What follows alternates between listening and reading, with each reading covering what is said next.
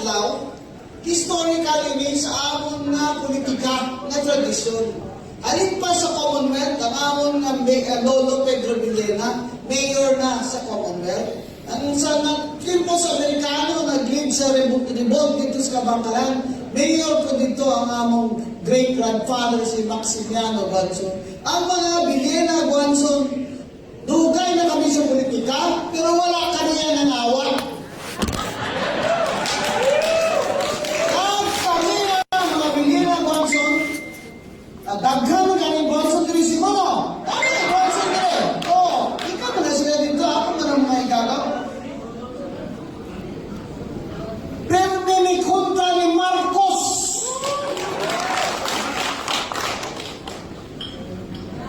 Ngayon lang sila nga si Sandro Marcos budagan na po daw kung magtay kakinalang pastemsel na gibuhanin para maagdal ka na ako nito kung BH pastemsel ko ni kung BH para maski 102 years old ka ko ha ang hangkat na kung Sandro nga sinong bagay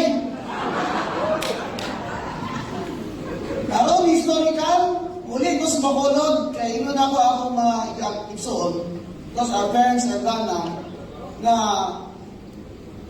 formal ko na wala na ko aprasan sini. Wala kayo aprasan ani nga I know that your loyalty to me and your love for me, you will agree with me na sa 2028, Sara Duterte ka. Because you know history. So, anti-Marcos, dictatorship, 12 years old pa lang ako sa Siliman. Ano, Bisaya ako, si Buana. I speak si Buana very fluently. Hasta sa UP, hasta nag-UP College of Law. Ako mga igsoon, first quarterstone dito sa UP. Martial law was declared 1970. Ako, kuya, akin ako 1970 na sa UP.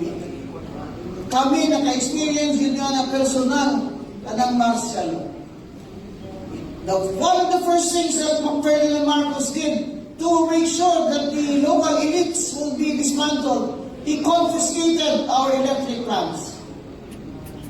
And then, because he could not confiscate sugar lands, because the only way to control the grievances are to control the hacienderos. What Marcos did was to control the marketing of sugar. That's why he established the National Sugar Trading. Dito na lang kami makabaligya ang amon lolo, ang amon amay na i-control yung sugar. That's why ang farmers and sugar farmers gave up farming. Nagkagutom ang mga bata. One stop na eskwela. Nag-famous ang Negros sa worst na malnutrition in the world. O na ang Negros Occidental, tanawan ninyo dito sa presentation ni Prof. Malontequia, pero may ginaantay Marcos. Pero, pwede nito si Digong, pero dili kayo dako ang distansya. Sa gadalagan, siyempre, ang kontra niya dito mataga-Negros, si Marojas. Di ba? Remember, ang mga Ilonggo, maputo, ginaya para sa Ilonggo. Pero ako manta sila ng mga Cebuano ba? Di ba? Ang mas mataas ang voter turnout sa Cebu kaysa sa Negros Occidental. Dahatag lang ko sa inyo sa akong background kaya makailan mo ipanganak na may kumainanin ako.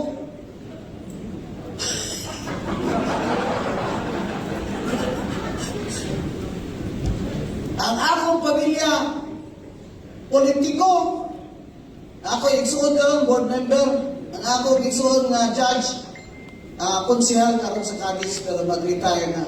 Pero ang nason nga nagapolitika kami, kaya servisyo kami. Tanan kami, we have independent means of income. Because sabi ng tatay ko, huwag kayo magpolitika kung gasalit lang kamo sa inyo na kwaon, kagkwartahon sa politika. Kung mabulos ka mo sa amon, kay nanay nyo, at 33 years in politics, kinahanglan niya, signa ka. Huwag ka malang signa, patuga-tuga ka ng November ka. Her father was the first summa cum laude of Siliman. Ibayunita sa mga Japok. Huwag yun napatay. Di kulata ang Naka-escape man, he was only 17. So, he went to Siliman, met my mother. He fell in love. My mother binasted siya.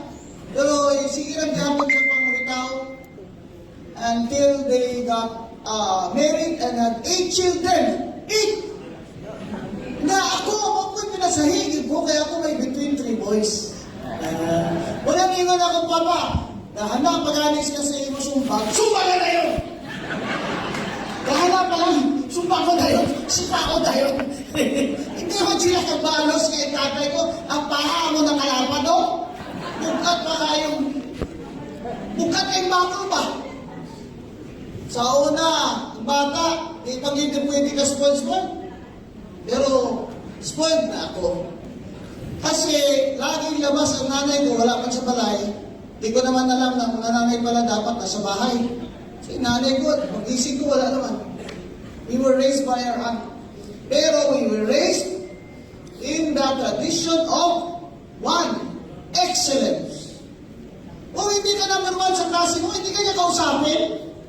Klaseng tatay ito, sabi ko. I-access if you're not there. Tapos English speaking, kasi after the war eh binigyan ng mga Amerikano ng US Congressional Gold Medal, si Judge Sixto Rojas Manso. Muna yun silang ilang mga medalya ni Marcos, excellence, tapos honor, excellence, integrity. Yan integrity na yan ang pinakakulang sa mga politiko karon. Ano nagsara Duterte na ko karon? First time niya, na naiingon si Rowena Gonzales na Sara Duterte ako sa 2028. Nga naman kayo! Kalma, attorney. Hindi naman silang BTS ko ko. Bahala mo kung sa itawag na ako ninyo, basta mawag po tanan.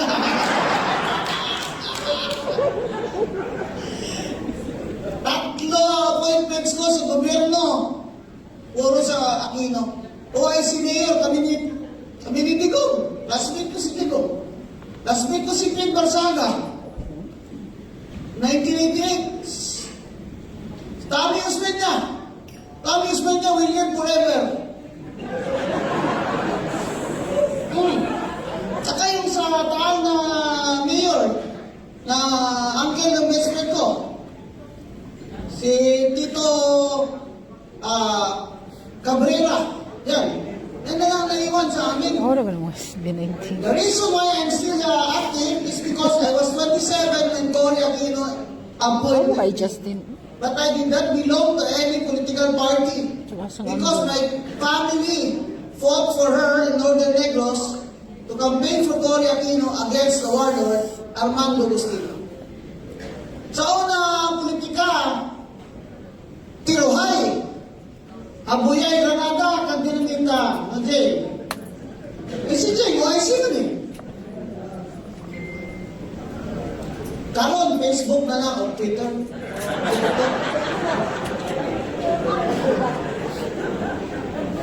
Sa una, diskurso sa plaza. Karon, online na. Nanong nasara Duterte ko?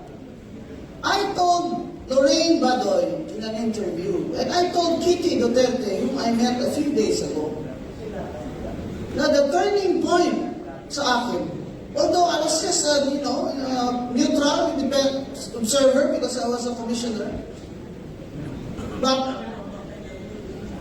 many of you do not know that the case of Rodrigo Duterte's disqualification was ruffled to me.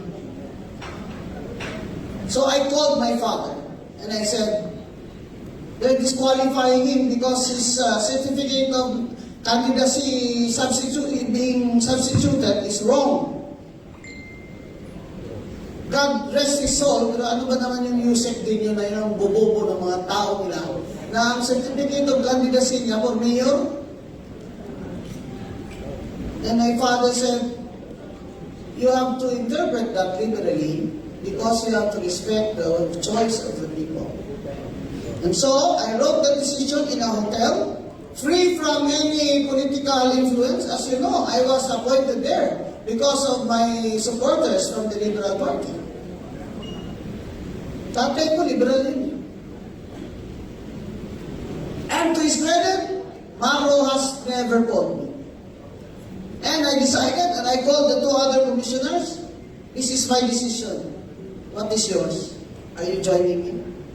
We had a unanimous decision na ang error sa certificate of candidacy ni Dino na nakalagay mayor was really intended for president. Why? Because he filed it in the Comelec Central Office. They did not file it in the election officer of Pasay. Therefore, was he qualified to be candidate for president, this Dino? Yes, the answer is yes. And therefore, is Mayor Duterte qualified to substitute for candidate of president of Dino? Yes. And we use the principle of law that nowadays law students cannot even pronounce. Lacuna legis. There is a gap in the law. There's a gap in the law, and therefore we must interpret it in favor of the candidate so that the people will have a choice. Papagay mo, matay ka.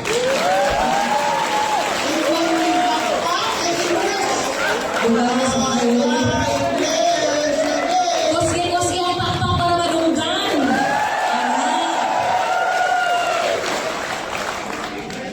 So, hindi ako digong in 2016. Hindi ako DDS. Kasi hindi ko alam ano ba yung mga DDS na yan. Nag-Lenny din ako. Because I told you, ang tradisyon ng Negros Occidental is liberal. Di ba lang? Kag si Lenny nagdaganapod kay Maroa sa Artes na eleksyon. That is why. Pero kita ko man ba yung ano niya mga prinsipyo.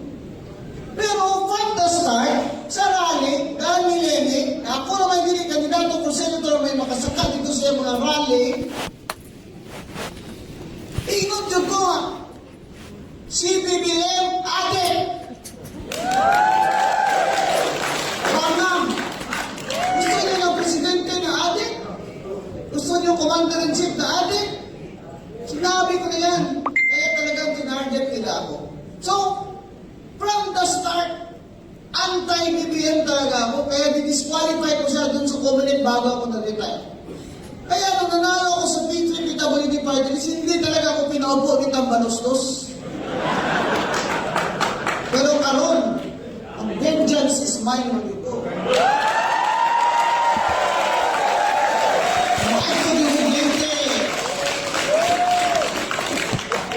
Ang akong campaign speech alay kay Inanyo, yung tabag-tubag mo ha? Si Martin Luther, ipapriso. Oy, tagalite, practice. Si Martin Luther, ipapriso. Si Martin Luther, ipapriso. Si Martin Luther, ipapriso.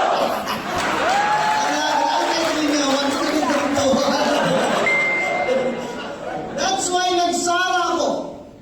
Ay nakita ko, abogada, Iloy, ubig, energetic ang karakter. Strong ang karakter. Hindi ang karakter. Tawag ko ba? Kapanumbaman! Ako yung istoryala na yung kapaniro ko sa una, pero wala akong sila witness. Kaya sa mayor ko, pusil din.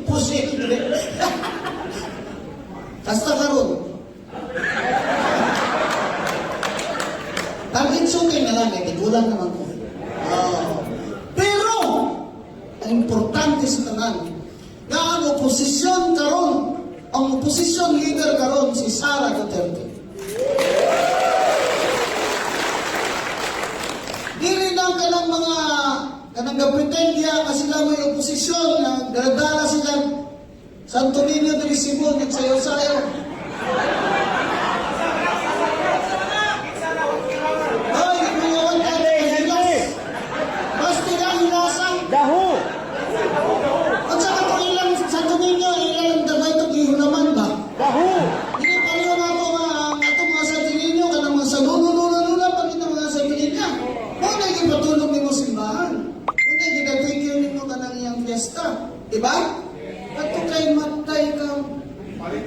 Daho. Sweet man yun. Ang kandidato ni Lamas.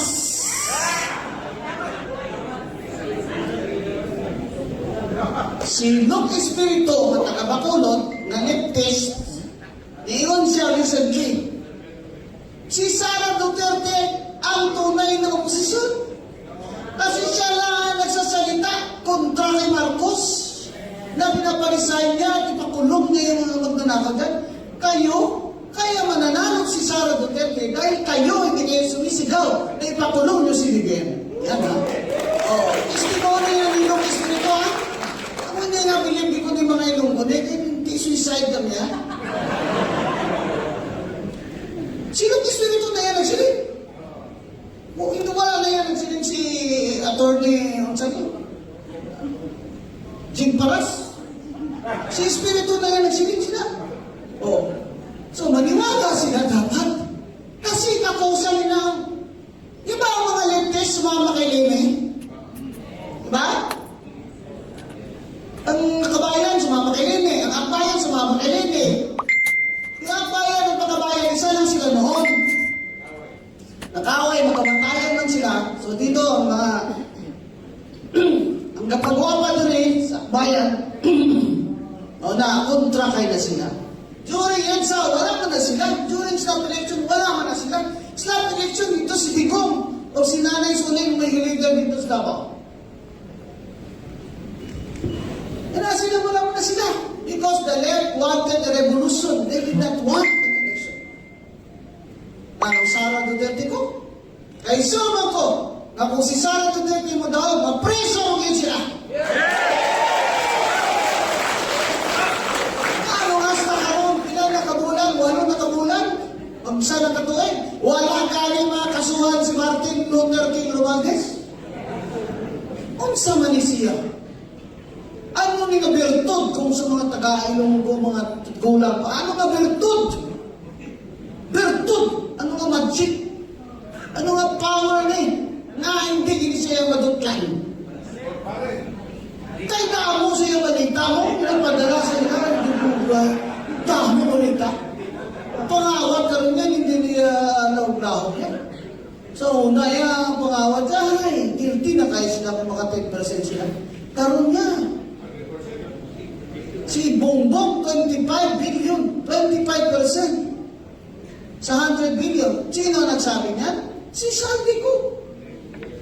At hindi sumasagot si Secretary Pangandaman, hindi siya sumasagot na nagdidinay na maputol na yung ugat niya ba? Hindi ba kung di yan totoo, parang sisigaw talaga ako, maputol na yung ugat ko ba?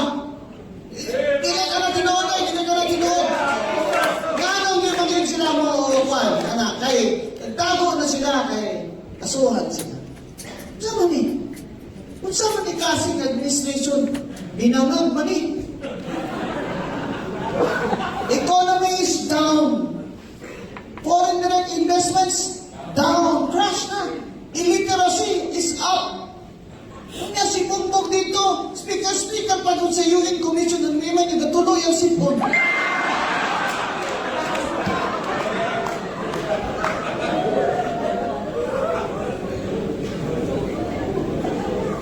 Sa maning klaseng presidente. Kung tatay ko, makita niya mo ng presidente nga adi, kagamo niyo yung tabosong sa Pilipinas, mambalit sa iyo, di puta! Yung di puta rin na Marcos. Yung sila ka, ito hindi magkamahalo ka na nila, ay ilang kang pailan o libel. Oh, sus ka. I just eat libel for breakfast. Sa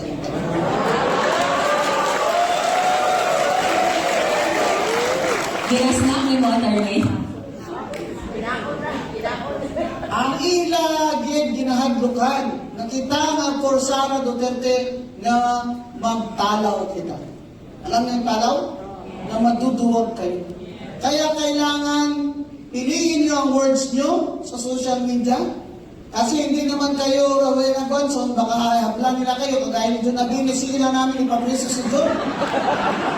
John, magaling tayo. Hindi ka na. Yung hardback mo na dyan, yung make-up mo, kay papriso ka man namin. Sila Winnie lang taga-piyansa.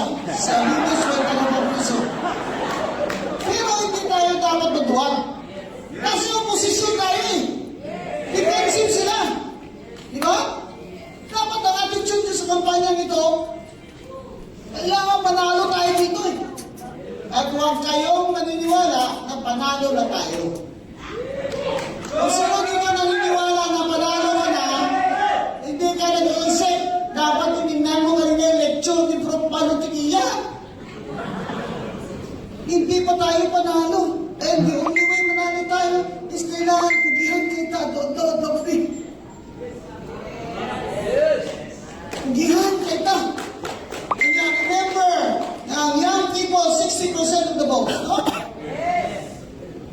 Winnie Jr., ayaw nyo kalipag, when you do community work, do not forget the sectors. At mga bayot, ay kalimti ng mga bayot, ang mga teachers, at mga tumboy, at mga trans, at mga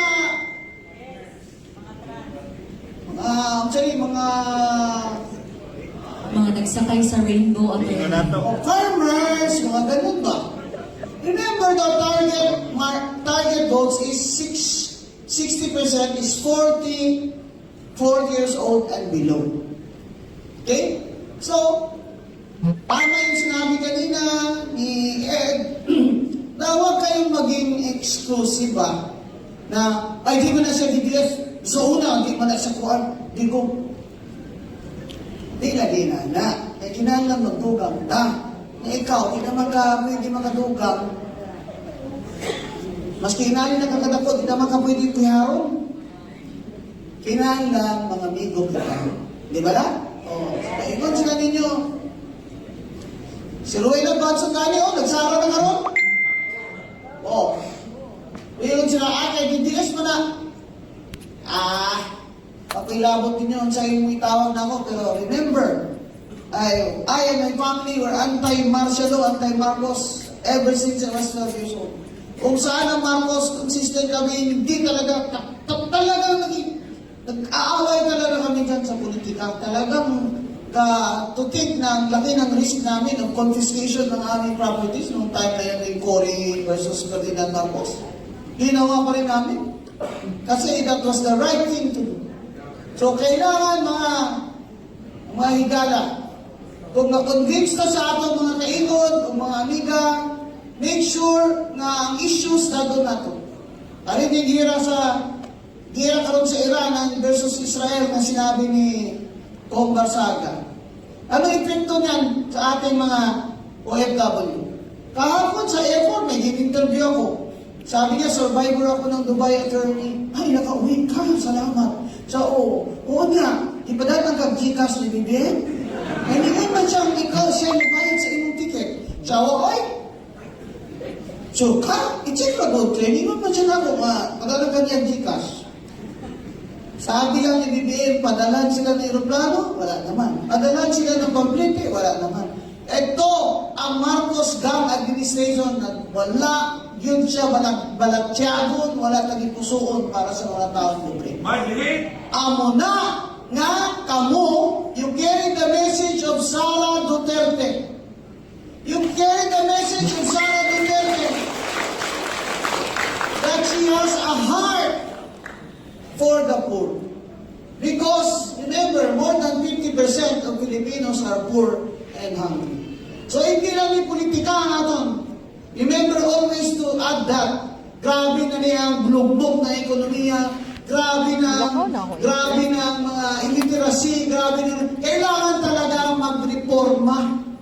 And the only way makareforma ka sa gobyerno is kailangan matalo ang BBM gang at si Sara Duterte ang presidente. So, abangan nato siya with all our might. Pero remember, be smart. Win friends. Help your neighbors. Mayong buntag, daghang salamat kayo sa inyo.